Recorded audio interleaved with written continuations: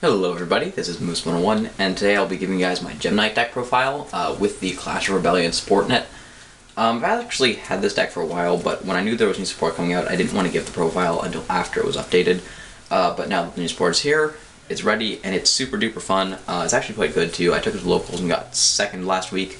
And now my locals isn't the most competitive in the world, but you know, there are a fair number of Necrological, Cleave players, that kind of thing, so it was good to see the deck perform well. And actually the deck I ultimately lost to was another Gem-Knight deck. So, fun, pretty good.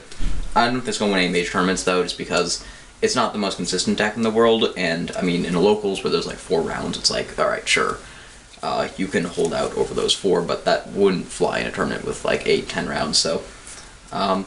Anyways, let's get right into it. So, I'm going to start off with the vanillas. I run 3 Gem-Knight Garnet. He's got 1900 attack, making him the most solid beat stick of the vanillas, and I run 3 of him just because I like to have a reliable target for Rescue Rabbit, which I do run in the deck, and I think he's generally the one that I'm the most happy to see on his own. I also don't run any other Pyro targets besides himself or Citrine, and Citrine is one of those Gem-Knights I just want to have access to quite often, so that's why I run him at 3. Double Tourmaline. Tourmaline is meh on both his stats, 1600 attack, 1800 defense. He's kind of the middleman. Mostly, I completely just run him for the fusions that he allows you to make. Tourmaline's fusions are probably the most important, Topaz and Prismora, but there are other Thunder targets, which is why I don't think it's necessary to run all 3 of him, though I could see the argument for him. And then I run 1 Sapphire. It's my Aqua target, and I run it over other Aqua targets because it also allows me to make Aquamarine, and I figure if I can just kind of get 2 for 1 monster in the main deck, it's probably a pretty good deal. And then 1 Lapis. I was running Iolite during the locals that I went to. He's the Gemini Aqua, but I'm deciding to drop that for Lapis just because Gem-Knight Lady Lapis Lazuli is really quite good, and I think having more consistent access to her is useful. And I haven't found Lapis to be dead in my hand, just because having our Gem-Knight, especially a normal monster, doesn't usually hurt, just because they're so easy to get back, but yeah, so, and then lastly, for kind of vanillas, kind of not, I have 2 Gem-Knight Amber. It's the only Gemini monster I run, and I could see the argument to put up to 3. Its Gemini effect is that once per turn you can discard 1 Gem-Knight card to target one of your banished monsters and add it back to your hand. With Gem-Knight Fusion, this basically equates to once per turn you can add a Gem-Knight monster from graveyard back to your hand, but Amber can also retrieve Rescue Rabbit, so it's a really nice card. I think it's great at 2, maybe at 3, but don't think that's totally necessary. It's also a Thunder type, so that's one of the Thunder targets. The other one would be Danko Seka, but I don't have that card currently, so I'm kind of running a replacement for it, but if you have Danko Seka, I'd highly recommend running that as yet another Thunder target for Prismara. For the non-vanillas, I guess, the more Gem-Knight foddery cards, 3 Lazuli, and 3 Obsidian. Their effects are very similar. When they're sent to the graveyard for like a fusion summon, you get to plus back normal monster.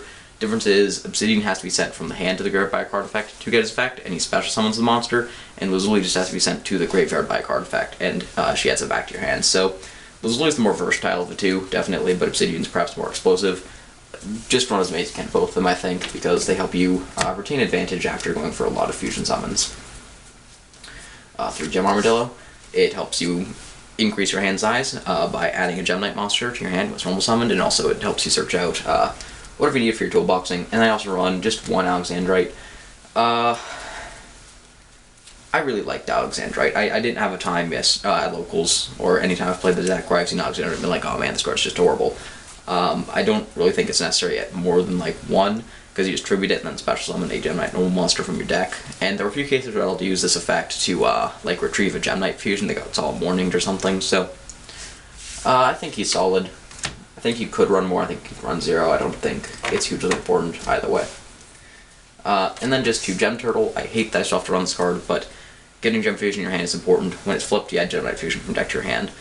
It is a rock at least, so at least you can use it for fusion summons, but I wish I didn't need to run this card still. At least it's not 3 anymore, that's good. And then 1 Rescue Rabbit, you run targets for it, it can be rotated with Amber, it's a great card. Moving on to spells, I start with 3 Gem-Knight Fusion, the card that allows them to OTK so very well. Gem-Knight Fusion's basically like polymerization, but it can only go for Gem-Armadillo fusion monsters. But then in return, you can banish a Gem-Armadillo monster from your graveyard if it's also in your graveyard to add back to your hand. Which, the lack of a no once per turn restriction on it, like, that makes this card incredibly explosive and allows you to make all kinds of OTKs with it. 3 Brilliant Fusion, this card is bonkers. It's one of the new ones, and it is absolutely crazy. You fuse a Gem Knight by sending monsters from your deck to the graveyard.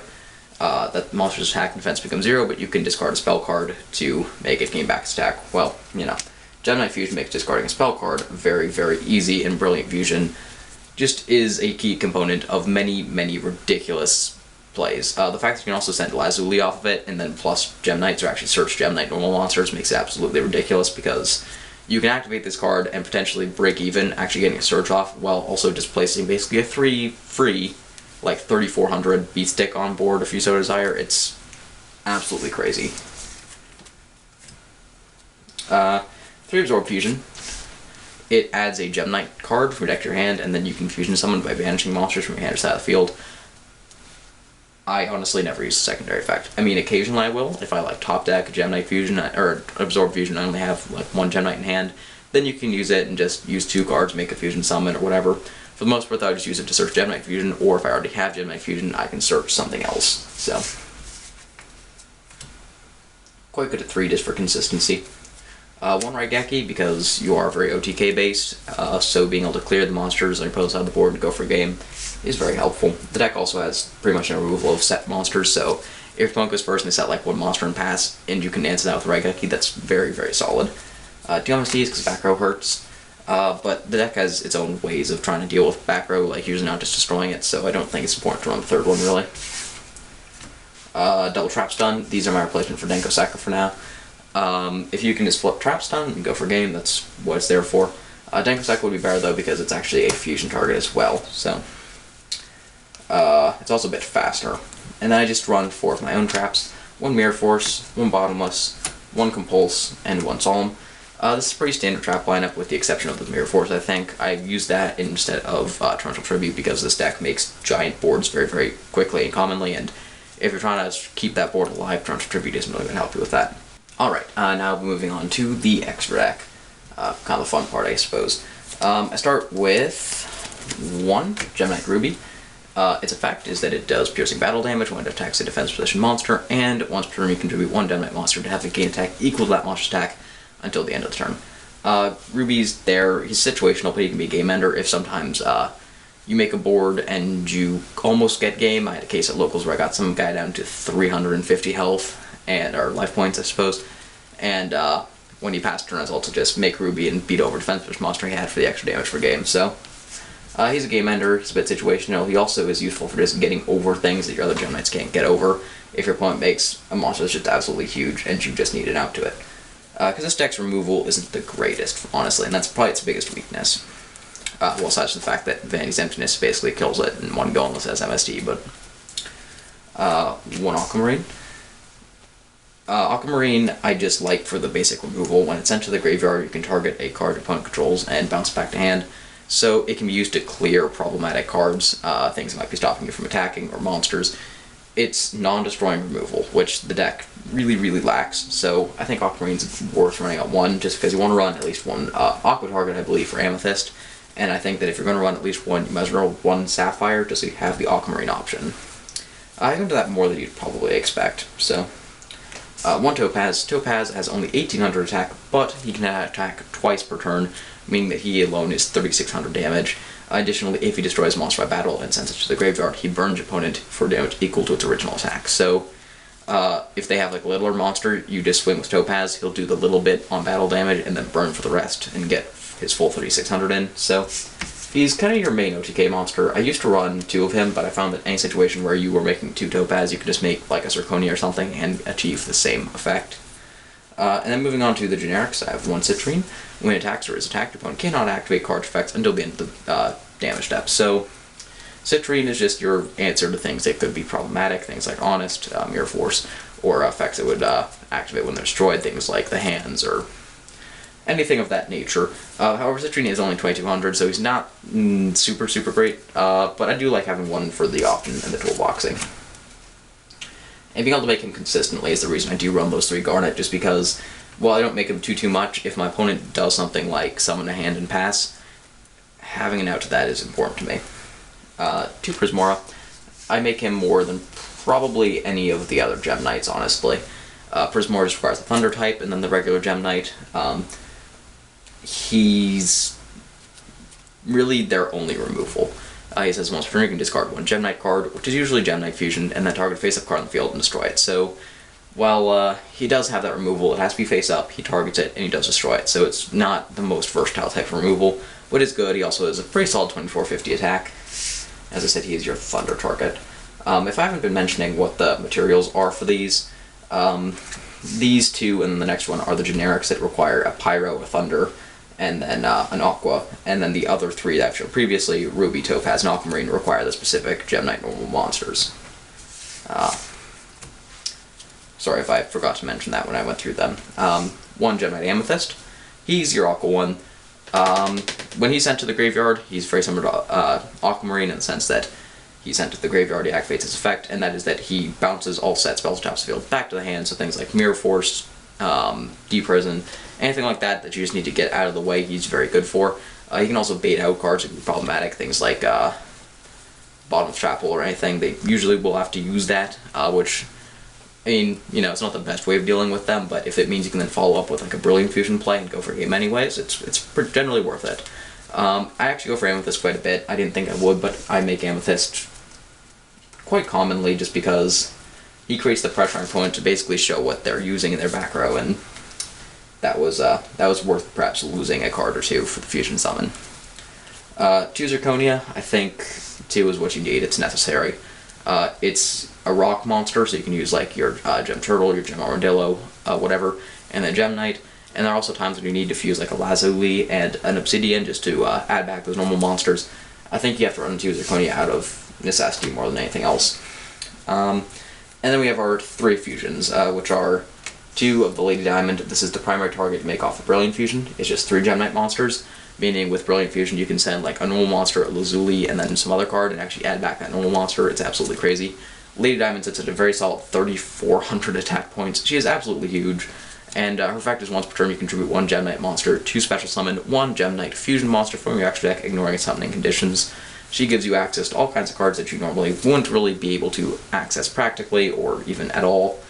And she's really, really great. I didn't really go into the second Lady Diamond too much, but I do want to have that option, so she's there. And then 1 Master Diamond. He sits at 2,900 attack, but he gains 100 for every Gem Knight monster in your graveyard. He also has Lady Diamond summoning conditions of 3 Gem Knight monsters, so occasionally I'll make him off of like a Brilliant Fusion late into the game and just have a massive beat stick. But his other effect is really what makes him so great, which is that once per turn you can banish a level 7 or lower Gem Knight Fusion monster from your graveyard and then copy its effects. So he can be really kind of crazy.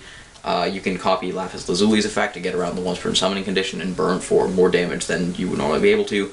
Or perhaps more scary, you can banish a Topaz and then have a 2,900 double attacker that burns for the attack of whatever it destroys. So he's just a really fun card that can be kind of really crazy. He helps complete OTKs. So I like him at 1. And then 1 Seraphinite, it requires a Gem Knight and a light monster. I can't make it through normal fusion in this deck. I have to use Lady Diamond. But if you run Danko Saki, he is a light monster for it. Its effect is that you can normal summon set twice per turn. It's very simple. It allows you to make use of Amber for more pluses, more plays, putting more damage on board.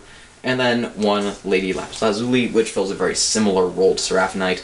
Once per turn you can send a Gem Knight monster from your main or extra deck to the graveyard, and then inflict 500 damage to opponent for each special monster face up on the field. So Lazuli has that burn damage that can help secure games. You've got your opponent down pretty low. And by sending Lazuli, you can also make pluses and help continue your OTKs. So they fill pretty similar roles, like Seraphinite. I think I said like Lazuli. Lazuli and Seraphinite are kind of similar in that sense, but there are different cases where you'll prefer to go for one or the other depending on what you have in your hand or what your opponent's doing. So that's it for the fusion monsters. And I just run 1 Nexus monster, which right now is number 101, Silent Honor Arc. This is really just a matter of preference. I think Castell would be another very good option here. Just looking for rank 4s that are helpful for you to make with Rabbit. And the reason I chose a removal rank 4, I recommend Castell or 101, is that the deck, as I said, really lacks its own removal. So I think these help fill a bit of a hole that the deck has. Though I could see an argument for Gaga Samurai or Cowboy as well, just to help complete those OTKs a little bit faster.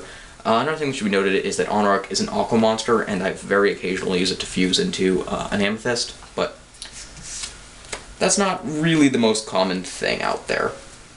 That's it for the extra deck. Thank you very much for watching. If you enjoyed the content, please like the video and subscribe to the channel, and let me know what you think of the deck in the description. Are you excited for the new support? Do you think it's fun to play? I really do. I really have a lot of fun just constructing the OTKs of this deck, because it feels like from turn 1 you're going, how can I go for gain this turn? I think it's a super fun playstyle, but until next time, see ya!